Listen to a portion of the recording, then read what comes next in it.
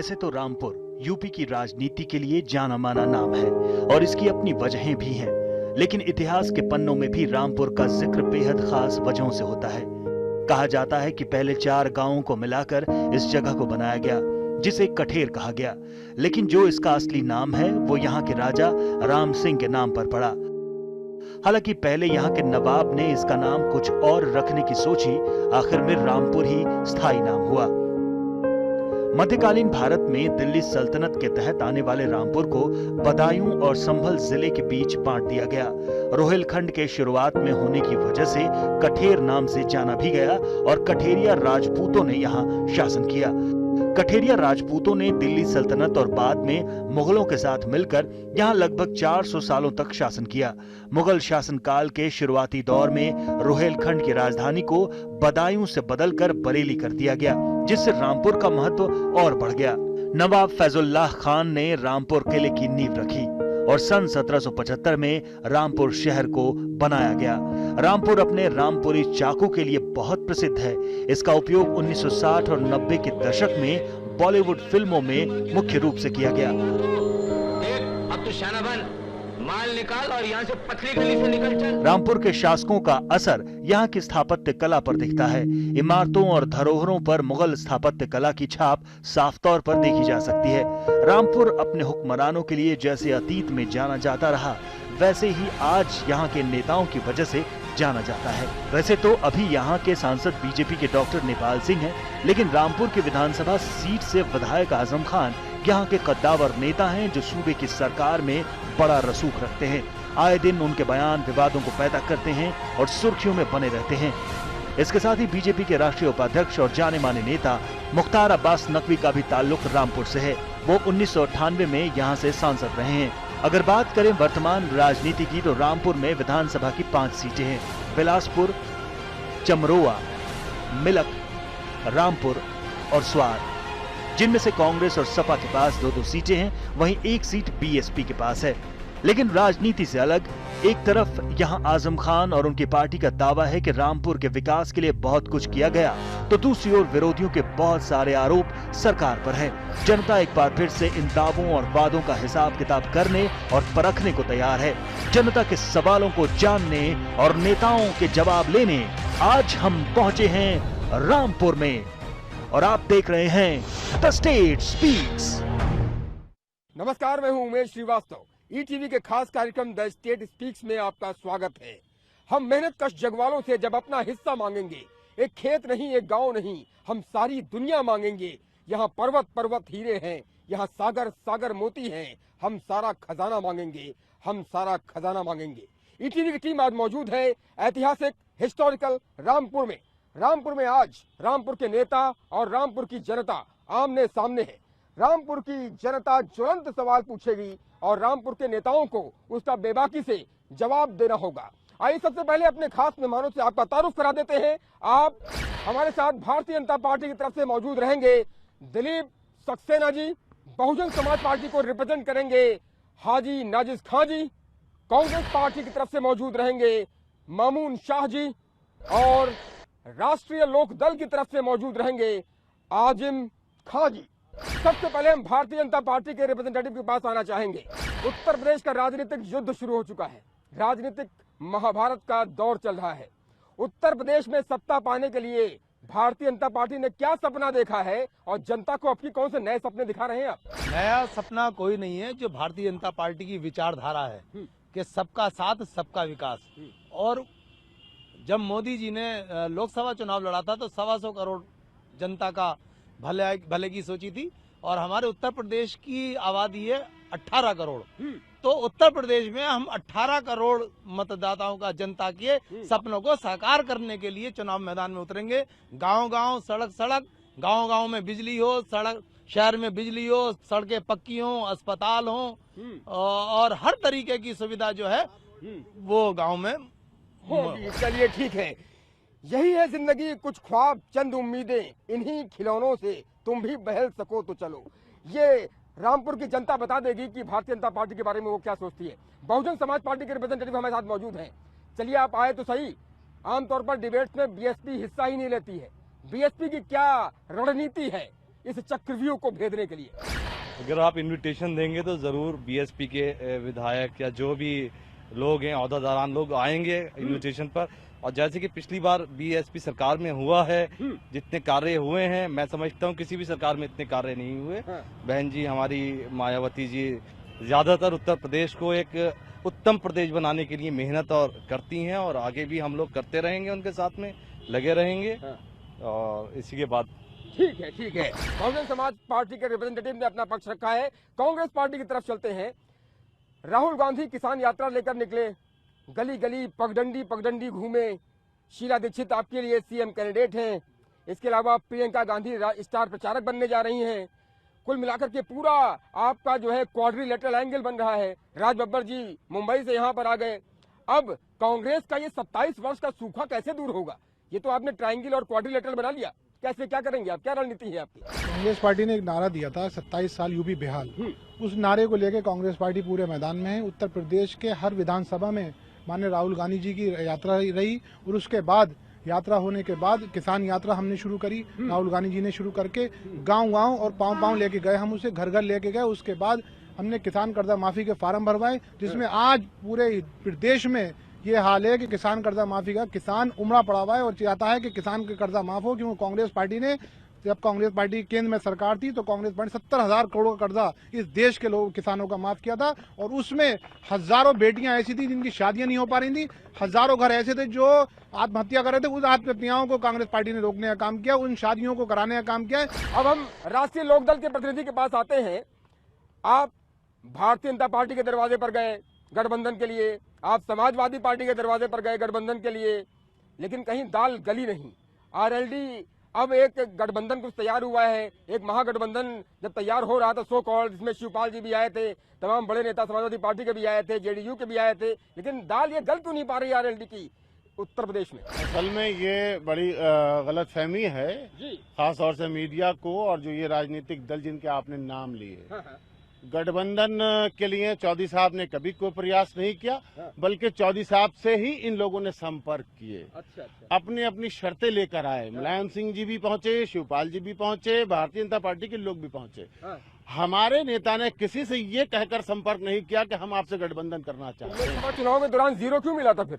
लोकसभा के दौरान तो जो माहौल था, जो एक तरीके से साजिश की गई, उत्तर प्रदेश की हुकूमत जो समाजवादी पार्टी की हुकूमत है उसके निकम्मेपन की वजह से यहाँ सफाया हुआ है तमाम लोगों का। अगर समाजवादी पार्टी अपने दम पर और मजबूती के साथ चुनाव मैदान में उतरती तो उत्तर प्रदेश के अंदर 73 सीटें भाजपा को नहीं मिलती। और भी हिंदुस्तान में कई सूबे हैं जहां पर दूसरे मुख्यमंत्री हैं, वहां से भारतीय जनता पार्टी को इतनी बड़ी सीटें और कामयाबी क्यों नहीं मिली? इसका मतलब यह है कि समाजवादी पार्टी और भारतीय जनता पार्टी कहीं ना कहीं मेल खाए हुए हैं। दरबार के पास चलते हैं, जनता जनार्दन के पास चलते हैं सीधे, और जनता से ही सवाल लेते हैं। जनता क्या सोचती है इन नेताओं के बारे में? जनता जनार्दन जमींदार रामपुर की जनता है, और क्या सवाल पूछना चाहेंगे इन नेताओं से आप लोग? लेकिन यहाँ सब पार्टीज के नेता बैठे हुए हैं, यहाँ पर समाजवादी के नेता नहीं है। हम इनसे एक सवाल पूछना चाहेंगे रामपुर की तरफ से, रामपुर की आवाम की तरफ से, कि ये एक स्टेट पीरियड हुआ करता था और यहाँ बहुत सी फैक्ट्रीज हुआ करती थी, बहुत अच्छे कॉलेजेस थे, जैसे यहाँ फिजिकल कॉलेज था, और इसी तरीके से यहाँ बहुत मतलब इसको माना जाता था कि उद्योग नगरी है। ये उद्योग नगरी क्यों खत्म हुई जब ये इतने जीदार यहाँ के, चाहे सांसद रहे हो कांग्रेस के या भाजपा के सांसद हो या आरएलडी के नेता हो या बसपा की सरकार रही हो? तो हमारा सवाल है कि हमारी रामपुर पस्ती की हालत में क्यों पहुंचा, गरीबी की हालत में क्यों पहुंचा? बड़ा सवाल है, ये जवाब हम लेंगे नेताओं से कि आखिर उद्योग धंधे चौपट क्यों हुए रामपुर में। रामपुर में तमाम वायदे किए गए, उत्तर प्रदेश सरकार ने तमाम वायदे किए, तमाम योजनाएं भी लागू की, और लेकिन रामपुर को जो रामपुर होना चाहिए था, क्या वो हो पाया? रामपुर तो हुआ ही नहीं बिल्कुल ही। जो तो 2012 से जो बिगड़ा है रामपुर, वो आज तक बिगड़ा हुआ है, और जो कसर थी वो 2014 में पूरी हो गई। और जो अच्छे दिन दिखाए थे, अच्छे दिन आएंगे, अच्छे दिन तो आएंगे, लेकिन बुरे दिन जरूर शुरू हुआ है। अब देख लें क्या करना है। अच्छे दिन रामपुर की आवाम क्या चाहती है, रामपुर की जनता क्या चाहती है? समाजवादी पार्टी ने जो योजनाएं लागू की, क्या उसका कुछ जमीनी स्तर पर कुछ लाभ मिला जनता को? जनता को क्या लाभ मिला है? जो नेता काम कर रहे हैं वो अपने लिए कर रहे हैं, पब्लिक के लिए तो यहाँ कोई फैक्ट्री, कोई कारखाना कोई कारोबार नहीं है। पब्लिक अपने स्तर से यहाँ कमा खा रही है। अब उसमें मोदी जी ने बाधा डाल दी। अब नोटबंदी को लेकर सारा कारोबार मोदी जी ने खराब कर दिया, समाजवादी ने परेशान कर दिया और अब मोदी जी ने परेशान कर दिया। नोटबंदी को लेकर सब कारोबार खराब है। पहले से कोई समाजवादी ने क्या परेशान किया? यहाँ पे कोई वो लगाया नहीं, यहाँ पे कोई उद्योग लगाया नहीं, कोई फैक्ट्री कारखाना लगाया नहीं। जो थे वो बंद तो करा दिए, लेकिन अभी नया कोई चालू नहीं करा। और अपने कारोबार बनाए हैं, अपने लिए रास्ते सड़कें बनाई गई हैं। उसमें पब्लिक तो जो जिस तरफ रहती है वो आएगी जाएगी, लेकिन जो भी विधायक जी के उसमें आता है तो इधर भी 50 गांव हैं, इधर कोई काम नहीं हुआ है। युवा क्या सोचता है? रोजगार कितना बड़ा मुद्दा है। ये बिजली, पानी, सड़क, स्वास्थ्य, शिक्षा, रोजगार, ये महत्वपूर्ण मुद्दे हैं उत्तर प्रदेश के। क्या ये रामपुर की जनता यही चाहती है कि यहाँ पर बिजली हो, पानी हो, सड़क हो, स्वास्थ्य हो, शिक्षा हो, या फिर नोटबंदी ही मुद्दा रह गया? नोटबंदी अगर आप देखें तो एक तरह से राहुल गांधी जी एक महाभारत की युद्ध की तरह, युधिष्ठिर की तरह उतरे हैं कि और उन्होंने पूरे उद्योग को बताया है कि 72,000 करोड़ अगर हम माफ कर सकते हैं तो इसको भी माफ कर सकते हैं। जैसे कि मोदी जी ने एक नोटबंदी को लेकर फैसले को लेकर भाजपा वाले को उस चक्रव्यूह को तोड़ने का हुनर तो बता दिया और वो उन्होंने तोड़ भी लिया, लेकिन वो रोज बरोज पकड़े जा रहे हैं। रोज बरोज उनकी गाड़ियों से पैसे पकड़े जा रहे हैं भाजपा वालों की तरफ से। कौरव है, कौन पांडव है, ये टेढ़ा सवाल है। दोनों ओर शकुनी का फैला कूट जाल है। धर्मराज ने छोड़ी रही जुए की लत है। हर पंचायत में पांचाली अपमानित है। क्या सवाल है रामपुर की जनता के? बहुजन समाज पार्टी से या कांग्रेस के लिए कोई प्रश्न है क्या आपका? मेरा प्रश्न बीजेपी से है। मैं पूछना चाहता हूँ, नोटबंदी के कारण अब तक जिन 90 लोगों की जान जा चुकी है उसका जिम्मेदार कौन है? अगर हमारा सैनिक बॉर्डर पे मरता है तो उसका नाम शहीद में दर्ज हो जाता है, लेकिन नोटबंदी के कारण जिन लोग लाइन की कतार में खड़े हुए थे और लाइन की कतार में दिल का दौरा पड़ गया, मर गए ठंड के कारण, आज भी कल रामपुर में भी एक इस कारण मौत हुई, तो उसका जिम्मेदार कौन है? रामपुर में जो विकास होना चाहिए था वो हुआ? रामपुर में विकास तो पिछले 27 सालों से रामपुर में कोई विकास नहीं हुआ है।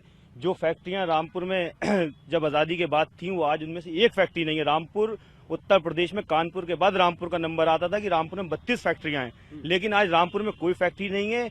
मौजूदा सरकार हो या इससे पहली सरकार हो, सिर्फ इन लोगों ने जिस फैक्ट्री पे मुंह रख दिया फैक्ट्री बंद करा दी। आज तक कोई नया कारखाना नहीं लगा, कोई नहीं, यहाँ रोजगार का तो कोई साधन ही नहीं है। रामपुर में आप देख लीजिए कोई कारखाना नहीं मिलेगा, ना प्राइवेट ना सरकारी। रामपुर के हालात तो बहुत ज्यादा बदतर हैं।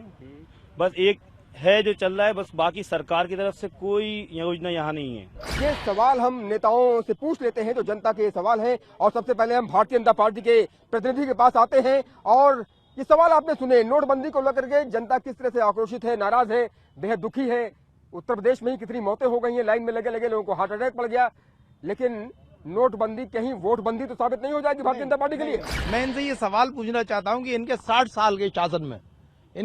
साल के शासन में कभी गैस के लिए लाइनें लगी, कभी डीजल के लिए लाइनें लगी, कभी खाद के लिए लाइनें लगी, कभी बीज के लिए लाइनें लगी, और लंबी लंबी लाइनें लगी जिसमें हजारों लाखों लोग मरे।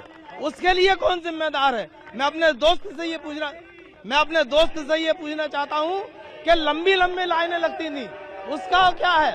उसके लिए कौन जिम्मेदार है? उसके लिए कौन बीमा कर? आक्रोश आप देख रहे हैं, ये आक्रोश गुस्सा आप देख रहे हैं। ये जनता नहीं है, ये कांग्रेस के कार्यकर्ता हैं।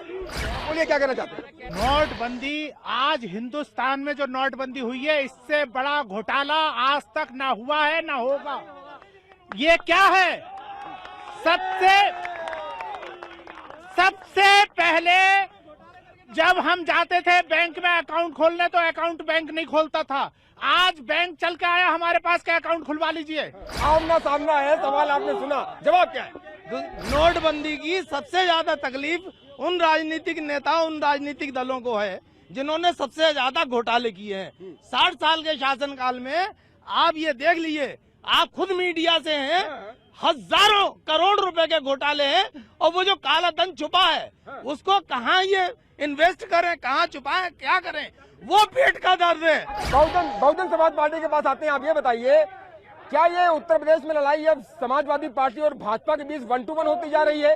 बसपा के लिए कोई सवाल क्यों नहीं आ रहे हैं? ये बसपा कहाँ है उत्तर प्रदेश में? नहीं, बसपा तो उत्तर प्रदेश में बराबर है और लोगों के काम बराबर आ रही है और वर्क कर रही है। बाकी आप लोग खुद देख रहे हैं जो भी उत्तर प्रदेश में काम हो रहा है, क्या काम हो रहा है, क्या आप लोग खुद समाजवादी पार्टी ने, चलिए एक फ्रैंक क्वेश्चन बता दीजिए कि समाजवादी पार्टी ने इन 5 सालों में सबसे बढ़िया काम क्या किया? मीडिया खुद देखे, ये तो मीडिया नोटिस करे क्या काम किया क्या नहीं काम किया। हम कांग्रेस पार्टी के पास आते हैं, कांग्रेस के लिए कोई सवाल ही नहीं आ रहा है, लोग कह रहे हैं बुझा हुआ चिराग है, कांग्रेस पार्टी क्या जवाब देगी? उत्तर प्रदेश में तो आप ये देखें कि एक राहुल गांधी एक अबाइद नेता हैं, बाकी देख लिए मोदी जी किसी के गांव में गए हों, किसी गरीब के किसान के गांव में गए हों, राहुल गांधी हर गांव में जाते हैं, लोग किसानों की समस्याएं सुनते हैं, आम जनता के पास जाते हैं। मोदी जी बताइए विदेश के अलावा और कोई काम कर रहे हैं? सिर्फ विदेश में घूमने के अलावा जो दिख रही है उत्तर प्रदेश में वो समाजवादी पार्टी और भाजपा के बीच 1 to 1 दिख रही है। कांग्रेस कहाँ है? कांग्रेस मजबूरी से चुनाव लड़ रही है, कांग्रेस हर जगह चुनाव लड़ रही है। कांग्रेस में यह हाल है कि रामपुर की बात कीजिए। नहीं, रामपुर में इंशाल्लाह 5 सीटों पर हमारा कब्जा होगा। इससे पिछली बार भी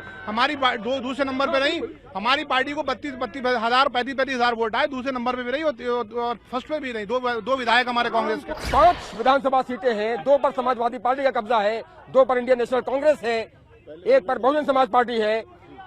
आरएलडी कभी यहाँ खाता नहीं खोल पाएगा, क्यों?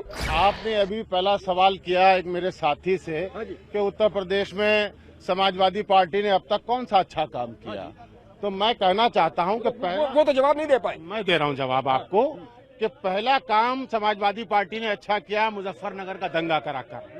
दूसरा अच्छा काम किया उसने इखलाक अहमद का मर्डर कराकर। तीसरा अच्छा काम किया इंस्पेक्टर अख्तर अहमद खान का कत्ल कराकर। चौथा अच्छा काम किया तंजील अहमद की हत्या हुई। 5वां अच्छा काम किया जवाहर पार्क में एक सीओ सिटी मारे गए और एक एडिशनल एसपी मारे गए। तो उत्तर प्रदेश को समाजवादी पार्टी ने यहाँ अगर जो कुछ दिया है तो वो दंगे दिए हैं, बंटवारा दिया है, तकलीफें दी है। आज भी उत्तर प्रदेश के अंदर हर 35 मिनट पे एक अबला की इज्जत लुट जाती है। एक नेता बार बार हलफनामा दे रहे हैं हाई कोर्ट में, सुप्रीम कोर्ट में माफी के लिए बुलंदशहर के बलात्कार का। कानून व्यवस्था आपका एक बेहद अहम मुद्दा है। दोबारा मैं आता हूँ और कुछ और सवाल हम जनता के बीच से लेते हैं, कुछ और लोगों से बात कर लेते हैं। आप बताइए कॉमन मैन, आप क्या कहेंगे जो हालात हैं रामपुर के, क्या होने चाहिए थे, क्या सपना आपने देखा था और क्या हकीकत है? मैं साहब एक व्यापारी भी हूँ, साथ में बैंकों में कहा गया कि 20,000 रुपया आपको मिलेगा हफ्ते में, जबकि बैंकों ने नामा दे दिया, सिर्फ जनता को नामा दिया। अब वो नामा जो है व्यापारी कहाँ चला है? बैंक वो नामा ले नहीं रहा। हम अपने करंट अकाउंट में नामा ले तो रहे हैं लेकिन अपने करंट अकाउंट में जमा नहीं कर सकते। आम व्यापारी ले नहीं रहा। खासा परेशान है नोटबंदी से। किसान क्या सोचता है? रामपुर का किसान क्या सोचता है? इसके जहन में क्या चल रहा है? जब से आजादी से लेके आज तक सबसे बुरी स्थिति किसान की रही है। किसान से बुरी स्थिति किसी की नहीं हुई है। रामपुर 2 नजर से देखा गया, शहर और जिला रामपुर जो मतलब रामपुर गांव देहात बसता है, किसान के लिए कुछ भी नहीं है। चाहे रामपुर में बीजेपी की सरकार हो, समाजवादी की हो, बहुजन की हो, कांग्रेस की हो, राहुल गांधी मतलब निकाल रहे हैं कि खाट पंचायत वो, अगर वो कर्जा माफ कर रहे हैं तो उत्तरांचल के किसानों को माफ क्यों नहीं करते? और जगह उनकी जहाँ पर सरकार भी है, वहाँ सरकार भी है, उनकी सरकार है, वहाँ पर माफ क्यों नहीं करते? अब बीजेपी है तो बीजेपी ने भी किसान के लिए कुछ नहीं किया है, वो भी एक धनंजय के लोगों की पार्टी है। बताइए समाजवादी पार्टी ने क्या किया? रामपुर के विकास के लिए कुछ किया क्या? कुछ तो किया होगा। यहाँ की सड़कें तो ठीक नजर आती हैं कम से कम। देखिए रामपुर में जो हुआ वो सिटी में आप देख लीजिए, सिटी में जो विकास हुआ रामपुर से हट के कहीं विकास नहीं है। आप यहाँ से जाइए 10 किलोमीटर 20 किलोमीटर दूरी पर जो ग्रामीण क्षेत्र है उनकी दुर्दशा, उनकी हालत देखिए आप क्या है। समाजवादी सरकार में ठीक है, अच्छी बात है, खुद सीएम, खुद उत्तर प्रदेश पूरी सरकार जो रामपुर में आके झुकती है, पूरी सरकार झुकती है, वो ये कहती है अगर सबसे ज्यादा विकास दिया तो हमने रामपुर को दिया। माननीय मंत्री जी जो खुद रामपुर के हैं वो कहते हैं कि आप रामपुर दिखाइए, मीडिया से कहते हैं आप रामपुर को। एक रामपुर सिटी से सब कुछ नहीं है। हम कहते हैं आप आइए, उन किसानों को देखिए जो ग्रामीण क्षेत्रों में रहते हैं, उनकी हालात आज क्या है। इस सरकार को ढोल के अंदर पोल है, ढोल के अंदर पोल है। खूबसूरत फुटपाथ पर एक गरीब को सोते हुए देखा है हमने, एक खूबसूरत फुटपाथ पर, यानी कि रामपुर के सारे घर उजाड़ दिए आजम खान ने, रामपुर के आवाम को बर्बाद करके रख दिया। जब इंदिरा गांधी जी आई थी तो कहती थी गरीबी हटाओ, राजीव गांधी जी आ गए गरीबी हटाओ, राहुल गांधी जी खाट ले गए गरीबी उठाने निकल गए, लेकिन हुआ कुछ नहीं। सवाल आपने सुने, ये गुस्सा और नाराजगी भी देखी, कुछ लोग खुश भी हैं भाजपा के कामों से और कुछ लोग नाराज भी हैं। ये मिली जुली प्रतिक्रिया है। ईटीवी की इस पहल के बारे में क्या कहेंगे और भारतीय जनता पार्टी रामपुर वासियों से क्या वादा करती है? देखिए, जनता को अपना पक्ष रखने का पूरा अधिकार है, लेकिन वास्तविकता ये है कि नोटबंदी के ऊपर जो सवाल उठे हैं, मेरा अपना मानना यह है कि इस नोटबंदी की चोट से सबसे ज्यादा 3 लोग तिल मिलाए हैं। एक वो जो घोटालेबाज थे, काला धन जिनके पास में बहुत ज्यादा था। दूसरे वो नक्सलवादी, दूसरे वो हैं जो नक्सलवादी हैं। तीसरे आतंकवादी। ये आतंकवादी, नक्सलवादी और घोटालेबाज, यही सबसे ज्यादा तिल मिलाई। बहुत अच्छी पहल है, बहुत अच्छी पहल है, बहुत अच्छी पहल है। ठीक है, हम बहुजन समाज पार्टी के पास आते हैं। ये आप बताइए, ईटीवी की इस पहल के बारे में आप क्या कहेंगे? ईटीवी की इस पहल के बारे में क्या कहेंगे? और बहुजन समाज पार्टी क्या वादा करती है रामपुर की जनता से? ये हमारी सरकार आने पर हम बताएंगे कि ईटीवी के हमारी पार्टी क्या करती है और क्या करा है और हमेशा करा है और आगे भी कार्य करेगी। ईटीवी की इस पहल के बारे में क्या कहेंगे? ईटीवी हमेशा अपना एक ईमानदारी से, ऑनेस्टी से ईटीवी ने, मीडिया ने सबको दिखाया है और हमारी नजर में ईटीवी बहुत अच्छा चैनल है। ठीक है, हम कांग्रेस पार्टी के पास आते हैं। आप ये बताइए कि ईटीवी की इस पहल के बारे में क्या कहेंगे और रामपुर की जनता से कांग्रेस पार्टी क्या वादा करती है? बहुत अच्छी पहल है आपकी, इसमें कोई दो राय नहीं है कि जनता की आवाज को आपने सुनने की कोशिश करी और जो जिस तरह से लोग प्रदेश सरकार और केंद्र सरकार से दबे हुए हैं उसको आपने उठाने की कोशिश करी। और कांग्रेस पार्टी ये वादा करती है कि किसानों का कर्जा जो पहले कांग्रेस राहुल गांधी जी ने वायदा किया है वो माफ किया जाएगा। ये लोग शोर मचा रहे हैं मोदी जी के, जो ये लोग इतना ये मोदी जी की तरह शोर मचा रहे हैं कि मोदी जी भी इतना करते हैं कि इतना झूठ बोलो कि वो सच न लगने लगे। ये राष्ट्रीय लोकदल के पास आते हैं। राष्ट्रीय लोकदल, आप क्या कहेंगे? ईटीवी की इस पहल के बारे में क्या कहेंगे और आपकी पार्टी रामपुर वासियों से क्या वादा और क्या दावा करती है? देखिए, मीडिया अगर अपना धर्म सही तरीके से निभाए तो जो अराजकता और जो भ्रष्टाचार है उस पर बहुत बड़ा अंकुश लगेगा। दूसरी बात मैं ये कहना चाहूंगा कि राष्ट्रीय लोकदल चौधरी अजीत सिंह साहब और जयंत चौधरी की क़यादत में जबरदस्त काम कर रहा है। पश्चिमी उत्तर प्रदेश में भारतीय जनता पार्टी हो कि सापा हो कि बसपा हो, सबको लोकदल से टकराना होगा और आने वाले वक्त में उत्तर प्रदेश में जो भी सरकार बनेगी राष्ट्रीय लोकदल के बगैर मुमकिन नहीं है। और एक और बात कहना चाहता हूं मैं आपके चैनल के माध्यम से कि उत्तर प्रदेश सरकार जो 5वां साल पूरा करने जा रही है अपना, इसने उत्तर प्रदेश के मुसलमानों से ये वादा किया था कि हम तुमको 18% आरक्षण देंगे। आरक्षण नहीं दिया, वादा किया था कि तुमको जो जेलों में बेगुनाह बंद है उनको रिहा किया जाएगा। ये कहा था कि अक़लियत के बच्चों को मुफ्त शिक्षा दी जाएगी, मगर ना शिक्षा दी गई, ना आरक्षण दिया गया, ना जेलों से बेगुनाह। ठीक है, आप सभी पार्टियों के जो नुमाइंदे यहाँ पर आए हुए हैं, आप लोगों को मिशन 2017 के लिए ऑल द बेस्ट। और हम यही कहेंगे रामपुर की जनता की तरफ से कि सिर पर हो आसमां सुकून का, पांव के नीचे ऐसी जमीन हो जो प्यार दे सके और हवाएं कुछ ऐसी चले जो दुख चुराकर मुस्कुरा के उड़ चले। बहुत बहुत शुक्रिया रामपुर की आवाम का, बहुत बहुत शुक्रिया रामपुर के नेताओं का। फिर मिलेंगे किसी दूसरे शहर में, तब तक मुझे, मेरे कैमरा पर्सन अभिषेक शर्मा और मेरे सहयोगी हिमांशु गिरी की दीजिए इजाजत। नमस्कार।